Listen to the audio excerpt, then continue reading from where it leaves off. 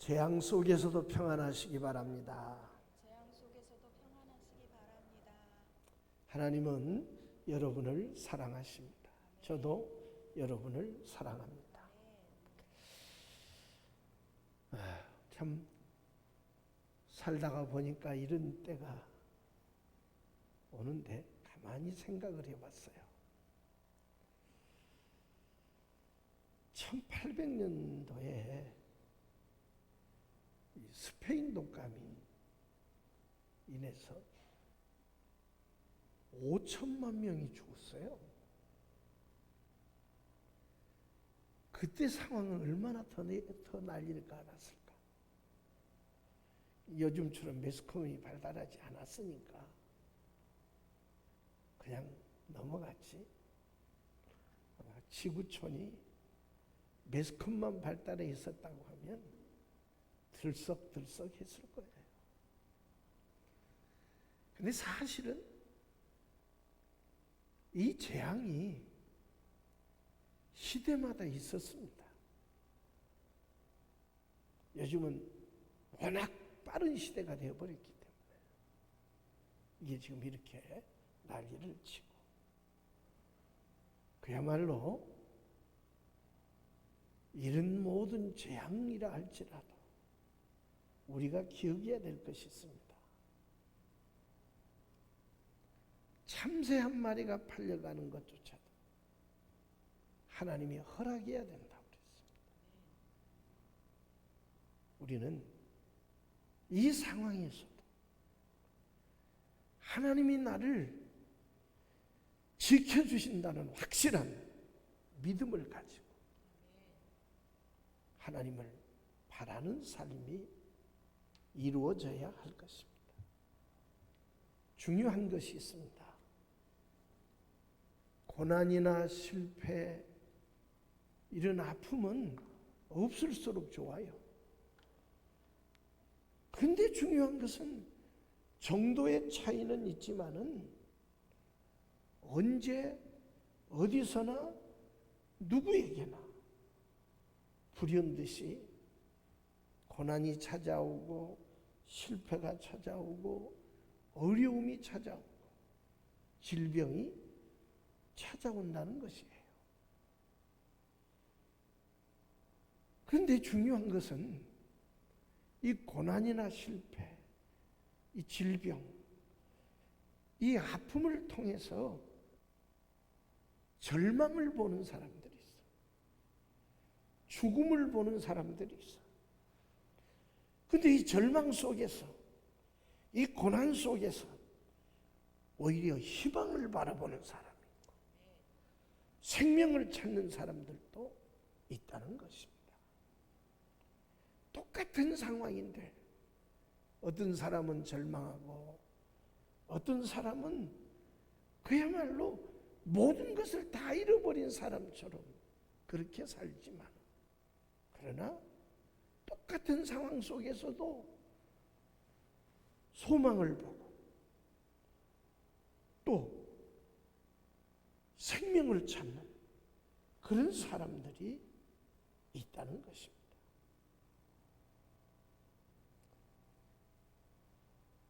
오늘 여기 본문을 보면 갈릴리를 건너던 예수님의 제자들이 큰 풍랑을 만났어요.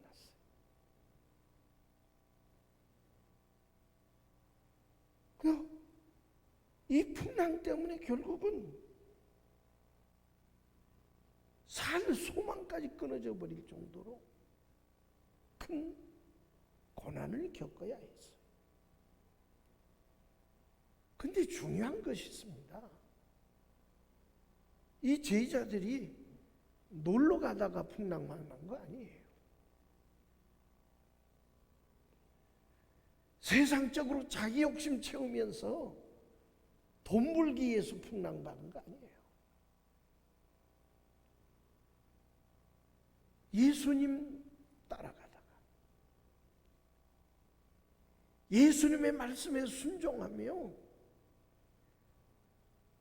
믿음으로 살려다가 고난을 당했어. 오늘 여기 24절을 보면 물길을 인하여 고난을 당하더라.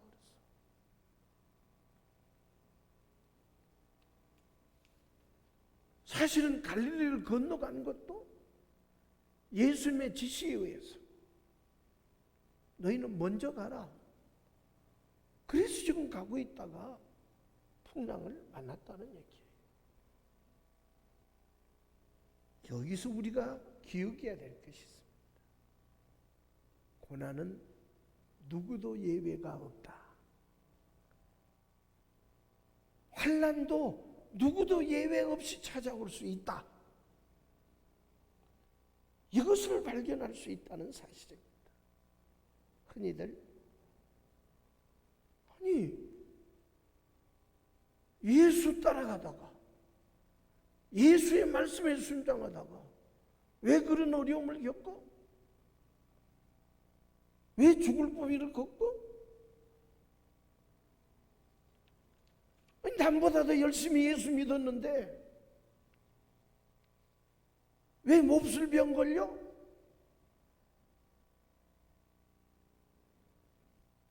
이런 말을 하면서 비죽대는 그런 사람도 있어요.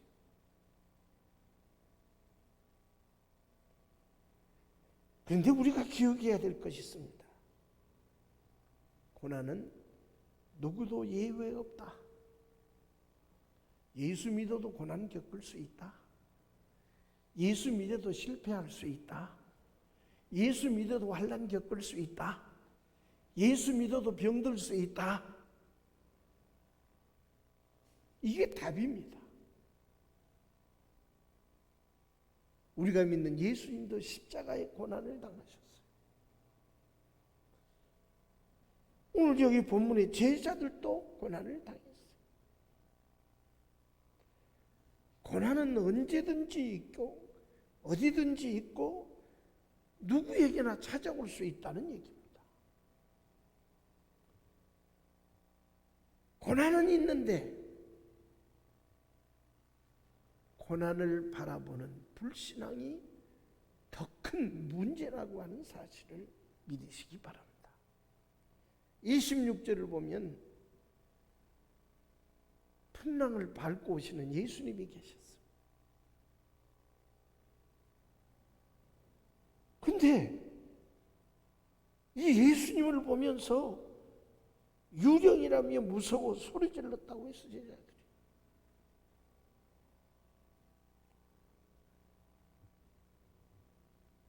예수님을 모르는 사람들도 아니고 어쩌다 얼핏 한 번 봤던 사람들도 아니고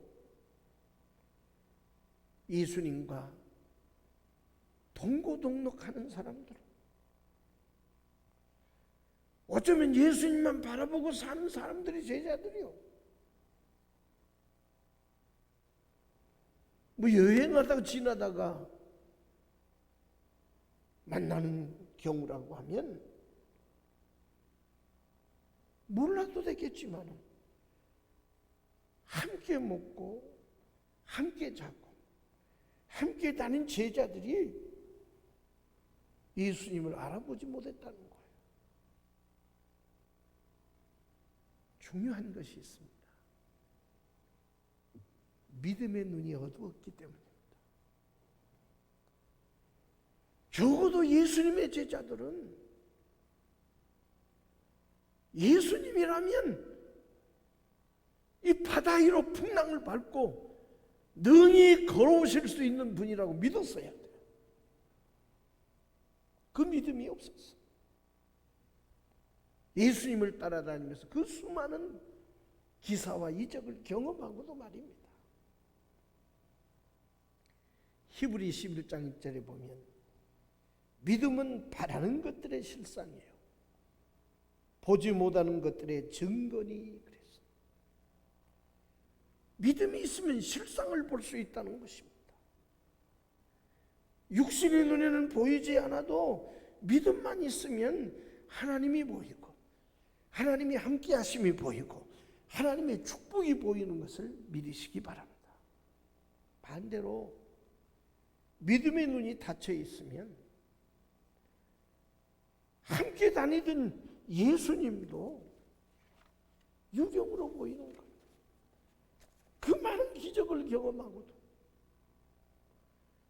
여느 사람들 같으면 물 위로 걸어온다는 건 상상할 수 없지요. 유령이나 그럴 수 있다고 생각할 수 있지요. 그러나 예수님은 죽은 자도 살리신 분이에요. 풍랑도 다스리시는 분이에요. 보리떡 5개와 물고기 2마리로 장정만 5,000명을 먹이신 분이에요.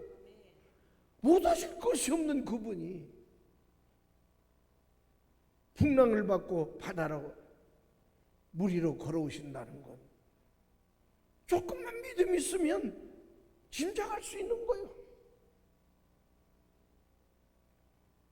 고난 자체보다 더 무서운 것은 불신앙입니다. 실패보다 더 무서운 것은 불신앙이에요. 이스라엘 백성들이 출애굽에서 그야말로 하나님의 구원을 찬양하며 가다가 가로막힌 홍해를 만났어. 설상가상으로 뒤에는 애굽의 기병대가 죽여가고 있어. 앞으로 갈 수도 없고 뒤로 갈 수도 없고 어디로도 갈 수 없이 꼼짝없이 애굽의 기병대에게 짓밟힐 수밖에 없는 그런 상황. 이게 육신의 눈에는 애굽의 군대가 보여. 넘실고는 홍해가 보여. 그러니까 불신앙이 계속 싹트게 되어 있어. 원망하게 되고 불평하게 되고 이제는 다 끝났다가 아우성치게 됐어. 근데 믿음의 눈이 열려있는 모세의 눈에는 홍해, 넘실대는 홍해보다도 뒤에서 추격해 오고 있는 애굽의 기병대보다도 더 가까이 계시면서 마치 독수리 어미가 자기 새끼를 호위하듯이 하나님이 지키시고 호위하시는 것이 눈에 보였어요. 그래 출애굽기 14장 13절로 14절에 보면 모세가 백성에게 이르되 너희는 두려워 말고 가만히 서서 여호와께서 오늘날 너희를 위하여 행하시는 구원을 보라. 구원을 보라. 구원을 보라. 육신의 눈에 보이는 것은 구원이 아니지요. 믿음의 눈으로 볼 때만 구원이 보인다고 하는 사실을 믿으시기 바랍니다. 너희가 오늘날 본 애굽 사람을 또다시는 영원히 보지 못하리라. 여호와께서 너희를 위하여 싸우시리니 너희는 가만히 있을지니라. 하나님이 해결한다. 하나님이 길을 연다. 하나님이 도와주신다. 믿음의 눈이 열린 모세의 말이 눈이 열려 있으면 고난이나 절망보다도 질병보다도 더 가까이 내 곁에 계시면서 나를 붙들고 계시는 하나님을 볼 수 있어. 나를 도우시는 하나님을 볼 수 있음을 믿으시면 하면 하시기 바랍니다. 이게 믿음이에요.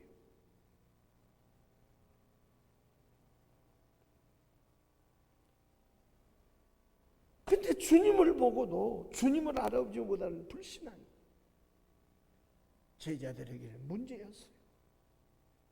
고난은 누구에게나 있습니다.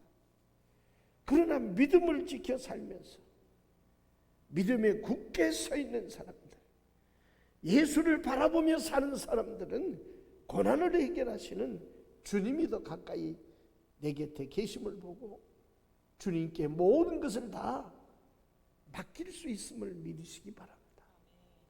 수고하고 무거운 짐진 자들아 다 내게로 오라. 내가 너희를 쉬게 하리라.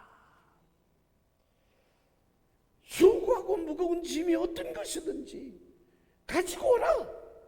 믿음으로 가지고 오라. 믿음으로 맡겨라. 그러면 해결해 주겠다고 주님은 약속해 주고 있음을 믿으시기 바랍니다. 그러므로 우리가 기억해야 될 것이 있습니다. 환경을 바라보고 고난을 바라보면 그럴수록 더욱더 깊은 수렁에 절망에 빠지게 되어져 있다는 사실을 믿으시기 바랍니다. 27절을 보면 주님을 유령이라고 두려워하는 제자들에게 예수님이 말씀합니다. 안심하라. 내니 두려워 말라. 이때 베드로가 주여 만일 주시거든 나를 명하사 무리로 오라고 하소서. 29절에 예수님이 오라고 하셨어요. 그 말이 떨어지자마자 베드로가 배에서 내려서 무리를 저벅저벅 걸어서 예수님에게 갔어. 오라는 주님의 말씀대로 배에서 무리로 걸어가는데 문제가 없었어. 근데 30절에 보니까 바람을 보고 무서워 빠져가는지라. 지금 바로 풍랑을 딛고 앞에 서 있는 예수님 바라보고 갈 때는 아무 문제가 없었어. 베드로가 빠져들어갈 때나 처음이나 풍랑은 계속 일고 있었어. 바람은 계속 부러치고 있었어. 근데 예수님 바라보고 갈 때는 아무 일 없었다 이 말이야. 근데 바람 소리가 들리고 넘실대는 풍랑을 보면서 두려움이 생겼어. 믿음이 사라졌어. 의심이 생겼어. 물에 빠져 들어가겠어.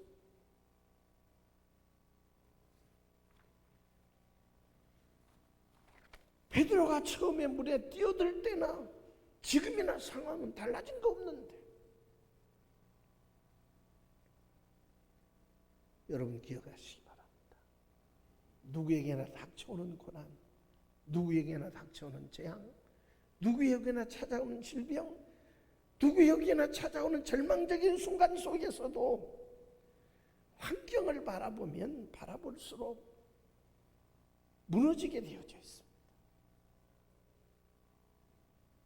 베드로가 마치 바람을 보고 빠져들어갔던 것처럼 예수를 바라보면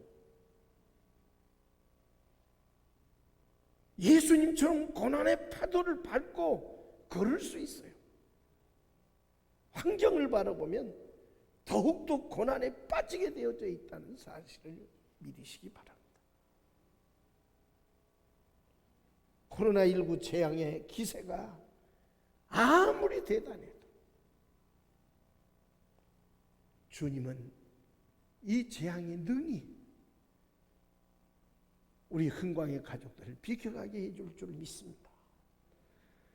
주님이 비켜가게 해줘야 되지 집에 숨어 있다고 비켜가는 건 아니에요. 우리는 이걸 기억해야 돼. 하나님이 해주셔야 돼. 여호와께서 집을 세우지 아니하시면 세우는 자의 수고가 돼. 여호와께서 성을 지키지 아니하시면 파수꾼의 경성함이 허사로다. 기억해야 합니다. 12해 동안 혈루증을 앓던 여인, 세상적으로는 절망적인 상황이에요. 다 포기할 수밖에 없는 상황이에요. 근데 예수님이 지나실 때 내가 가서 옷자락에 옷만 만져도 살겠다. 믿음을 가지고 가서 옷을 만지는 순간에 예수께로부터 치료하는 광선이 나왔어. 여인이 치료된 것을 믿으시기 바랍니다. 여인아, 내 믿음이 크도다. 내 믿음대로 이 질병에서 노임을 받을지어다. 너도 구원받았다. 이렇게 말씀해 주셨다는 사실을 믿으시기 바랍니다. 고난은 누구에게나 있을 수 있는 것. 지금 앞에 보이는 환경만 보지 마십시오.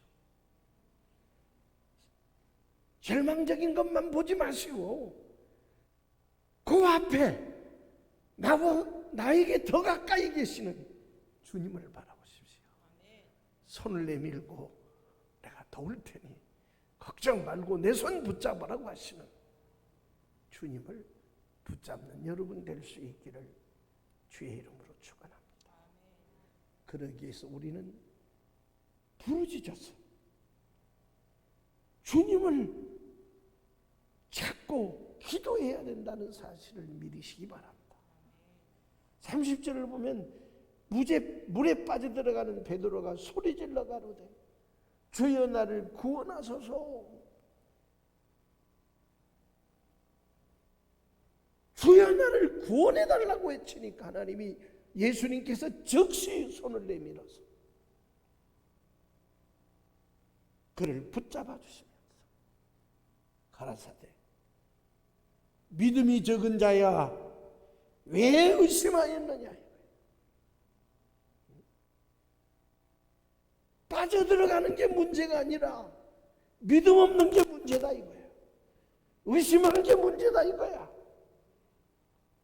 주님은 뭐든지 해결할 수 있다고 말이에요. 고난 자체가 문제가 아니라는 거예요. 믿음 없는 것이 문제라는 거예요. 고통 자체가 문제가 아니라 의심하고 믿지 못하는 것이 문제라는 거예요. 여러분 우리 주님 앞에 엎드려서